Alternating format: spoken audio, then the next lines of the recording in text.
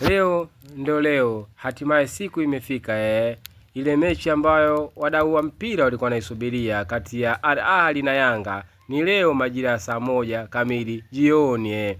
Klabu ya soka Yanga itakuwa inapepetana na Al Ahly huko nchini Misri. Ukiangalia kikosi cha Al Ahly na Yanga Africans ni vitu vile tofauti Ila kwangu mimi kiufundi, klabu ya soka ya Yanga bwana kwa sasa hivi ni timu ambayo imejipambanua kiukweli, ni timu ambayo ni ya ushindani Kikosi cha Al Ahly wachezaji karibia 8 walikuwa wanawakilisha timu ya taifa ya Misri katika michuano ya AFCON. Na wachezaji wote hao walikuwa wanaanza katika timu ya taifa ya Misri. Lakini hiyo haitoshi kusema ya kwamba Al Ahly ataifunga Yanga moja kwa moja katika game ya leo. Lakini mimi naamini ya kwamba mchezo wa leo utakuwa ni mgumu sana kwa timu zote mbili.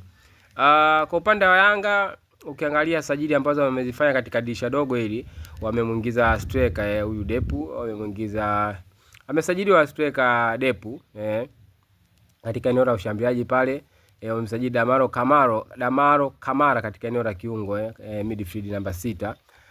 Kwa hiyo mimi naamini kwamba mchezo leo utakuwa mgumu sana kwa timu zote mbili ila kwangu mimi naamini Yanga wakienda na game approach nzuri wataweza kushinda game ya leo ama kupata sare, ila wakizingatia vitu vifuatavyo. Cha kwanza, Yanga hatakiwi kwenda kupishana na Al Ahly. Natakiwa Yanga akacheza mpira wakati huo anajilinda. Wakati huo akiwa anapaki basi, maana yake tunamaanisha kujilinda. Ila akisema apishana na Al Ahly itaweza kawa zahama ya magoli. Tunaposema zahama ya magoli maana yake sio eti labda anaweza kufunga goli 1-2, inaweza ukashangaa amefunga kuanzia magoli 3 na kuendelea. Lakini game ya leo ni 50-50. Yote yule anaweza kashinda, lakini Yanga anaingia katika game ya leo akiwa kama underdog zaidi ya Al Ahly, kwa sababu Al Ahly yupo katika uwanja wake nyumbani, mashabiki ni wa kwake. Kwa hiyo yeye anaamini ya kwamba Al Ahly wao wenyewe wanaamini ya kwamba wataweza kushinda mchezo wa leo. Lakini kweli ni kwamba Yanga katika siku za karibuni imekuwa ni timu ambayo ina upinzani mkubwa sana kwa timu hizi za Kiarabu. Ikumbukwe ile Sero Bezadadi aishe kuogeshwa Jumanne katika uwanja wa Benjamin Mkapa, japokuwa Sero Bezadadi alimfunga Yanga katika uwanja wake nyumbani huko Algeria chuma 3-0.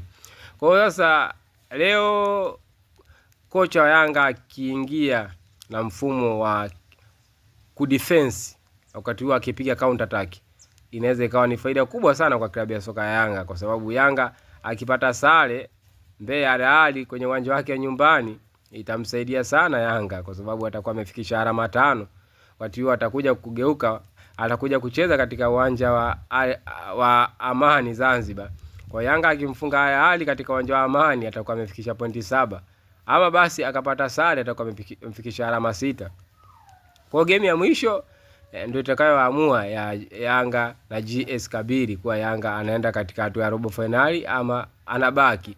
Kwa hiyo wapenzi wa Yanga Africans, mashabiki wa Tanzania, mimi naamini ya kwamba mtaisupport timu yenu ya Yanga iweze kushinda Lakini kimbinu ukija kuangalia Al Ahly bwana, wana wachezaji ambao ni top quality, wakina Tezigeti ni wachezaji ambao wakuchungwa sana. Imran Ashura amekuwa na kiwango bora sana hata kwenye michuano ya AFCON. Kwa hiyo mimi naamini ya kwamba Yanga kupitia chini ya kocha wake watafanya vizuri ila kikubwa tu akaipambania nembo ya klabu ya soka Yanga na pamoja na bendera ya taifa ya Tanzania, kwa sababu Yanga inatokea Tanzania. Na game ya leo bwana, kwangu mimi of course naipa Al Ahly 60% kushinda, 40% Yanga kushinda. Lakini mimi naamini kwamba game ya leo haina sare hata kidogo.